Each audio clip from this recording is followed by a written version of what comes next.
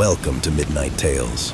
I'm Husk, and tonight you've wandered into a place where every shadow has a story, every creak has a reason, and sleep isn't always your friend.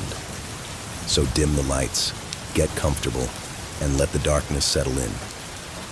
Whether these stories are true, legends passed from one person to the next, or something far more sinister, I'll let you decide. Take one last look around the room, because once tonight's tale begins, you may never look at the dark the same way again. This is Midnight Tales. The first night was supposed to be perfect. The Harper family had spent months planning their camping trip. It was the first time in years they had all managed to get away together. David and Sarah Harper wanted a break from work, from bills, from screens and endless distractions. Their children, 16-year-old Jake and 12-year-old Emily, were less enthusiastic at first, but the promise of fishing, hiking, and nights around a campfire eventually won them over. The campground they chose sat deep within a stretch of forest several hours from the nearest town. It wasn't a popular tourist destination. In fact, during the drive-in, they noticed something strange. There were no other campers, not a single tent, not a single vehicle, just miles of dark pine forest and a narrow gravel road winding deeper and deeper into the wilderness. "Looks like we've got the whole place to ourselves," David joked. Sarah forced a smile. Something about the empty campground unsettled her. Still, the scenery was beautiful. Towering trees surrounded a small clearing beside a lake so still it looked like polished glass. By sunset, the tent was set up, dinner was cooking, and the family sat around a crackling fire beneath a sky filled with stars. For a while, everything felt perfect. Then Emily noticed something. "Dad?" "Yeah? Did you hear that?" Everyone fell silent. The forest was still. No wind, no birds, no insects, nothing. Then, faintly, from somewhere among the trees, came a whistle. 3 short notes, soft, almost playful. David stood and listened. The sound never came again. "Probably another camper," he said, but even as he spoke, he knew it wasn't true. There were no other campers. That night, Sarah woke to the sound of movement outside the tent. At first, she thought it was an animal, a deer maybe. But the footsteps sounded wrong. They were slow, measured, human. Crunch, crunch, crunch. They circled the tent once, then stopped. Sarah held her breath. Beside her, David slept soundly. The footsteps resumed, slowly moving away into the darkness. By morning, she had convinced herself it was her imagination. Until she stepped outside, fresh footprints surrounded the tent, bare footprints, as if someone had walked around them during the night. David examined them carefully. Maybe some hiker. Hikers don't walk barefoot through a forest. Neither of them had an answer for that. The second day passed peacefully enough. They hiked around the lake. Jake spent hours fishing. Emily collected strange stones from the shoreline. By evening, everyone seemed to have forgotten the footprints. Then Jake disappeared. It happened just after dark. He had wandered a short distance from camp to gather firewood. 10 minutes passed, then 20. Sarah finally called out, "Jake?" No answer. David grabbed a flashlight. The family searched the surrounding woods. The beam swept between tree trunks and tangled branches. Nothing. Then David found the pile of firewood, neatly stacked beside a tree, and beside it, Jake's flashlight, still on, lying in the dirt. But Jake was gone. The search lasted until sunrise. They shouted his name until their voices became raw. No response ever came. The nearest ranger station was nearly 2 hours away by road. David decided they would leave immediately, but when they reached their vehicle, all 4 tires had been slashed. Sarah stared in disbelief. Who would do this? David didn't answer. Because deep down, he already knew. Someone else was out there, watching them, waiting. They spent the day trying to hike back toward the main road. The forest seemed different now. Larger, darker, almost alive. Every direction looked identical. Hours passed, yet somehow they kept ending up near the lake, as though the forest itself refused to let them leave. That evening, exhausted and frightened, they returned to camp. Emily cried herself to sleep. Sarah sat beside the dying fire. David stood watch. Around midnight, he heard the whistle. 3 soft notes, somewhere beyond the trees. Then another whistle answered from farther away. Then another, and another, until whistles echoed from every direction. David's blood turned cold. They weren't hearing one person. They were hearing many. The whistles stopped all at once. The silence that followed felt worse. A few hours later, Emily vanished. Sarah woke to find the tent flap open. Cold air drifted inside. Emily's sleeping bag lay empty.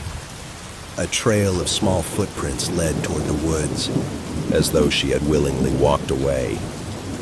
David and Sarah followed them. The tracks continued for several hundred meters before ending abruptly in a patch of soft mud.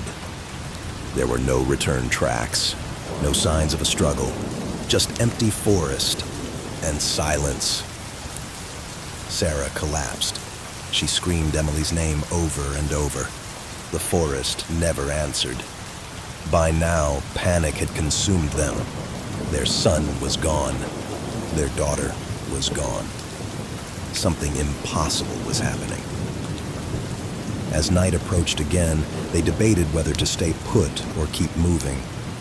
Eventually, exhaustion made the decision for them. They remained at camp. Neither slept. At some point after midnight, Sarah heard Emily's voice. "Dad?" The sound came from the darkness beyond the firelight. David heard it too. His eyes widened. "Emily," again the voice called. Closer this time. "Dad." Sarah stood. "It's her." David grabbed her arm. "No." "What do you mean, no?" "Listen," the voice repeated. Exactly the same way.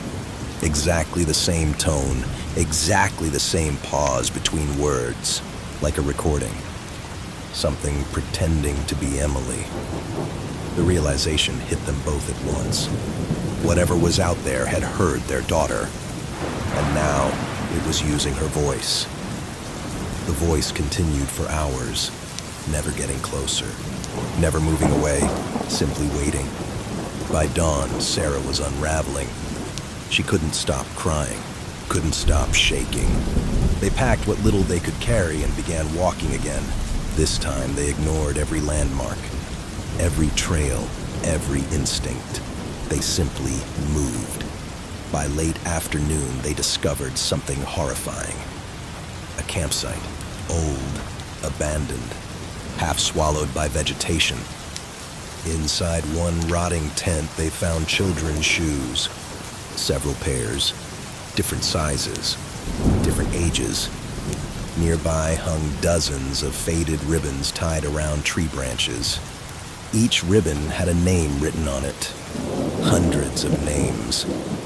Sarah read them one by one. Missing children, missing adults, missing families, people who had vanished over decades, people who had never been found. Then David noticed something freshly tied near the end. A ribbon that couldn't have been more than a day old. Written in black marker was a single word: Jake. Sarah screamed. The sound echoed through the trees. Then whistles answered. Dozens of them, all around, close, very close. The couple ran. Branches tore at their clothes. Roots grabbed at their feet. The whistles followed, matching their pace, never gaining, never falling behind. Eventually, Sarah stumbled. David turned to help her. For only a second. 1 second. That was all it took. Something moved between the trees. A blur of pale skin. Sarah vanished. David saw her hand disappear into the darkness. He heard one short scream, then nothing. The forest swallowed her whole. David searched desperately, calling her name, begging for an answer. But deep inside, he already knew. He was alone. The final night found him sitting beside the lake, the campfire long extinguished, the forest silent. He no longer cared about escaping. He only wanted to know what had taken his family. Near midnight, the lake changed. Ripples spread across its surface, though there was no wind. Then figures began emerging from the darkness on the opposite shore. Dozens of them, men, women, children, standing perfectly still, watching him. Among them, he recognized Jake, Emily, Sarah. His heart leapt. They were alive. Sarah! None of them moved. None of them spoke. They simply stared. Then, slowly, all three raised one arm and pointed toward the water. David stepped closer. The lake reflected the moon like a sheet of silver glass. As he looked down, he noticed something beneath the surface. Shapes. Hundreds of them. Bodies standing upright in the depths, preserved by the cold black water. Their eyes open, their faces frozen in silent terror. Every missing person the forest had ever claimed. David stumbled backward. When he looked up again, the figures on the shore were gone. Only darkness remained. Then came the whistle. 3 soft notes, directly behind him. David turned. A tall, pale figure stood at the edge of the trees. Its face was hidden by shadow. Its arms hung unnaturally long, and around its neck fluttered hundreds of faded ribbons. Names, thousands of names. The figure tilted its head, then smiled. The next morning, rangers finally arrived after receiving reports that the campground had been abandoned for weeks. They found the Harper campsite untouched. The tent still stood. Their belongings remained exactly where they had been left, but the family was nowhere to be found. The official report listed them as missing, presumed lost in the wilderness. The case remains unsolved. Yet every few years, another family disappears in that same forest. Search teams find no bodies, no evidence, no clues, only a single ribbon tied to a nearby tree. And if the wind is still enough at night, locals claim you can hear a whistle drifting through the darkness. 3 short notes calling for someone new.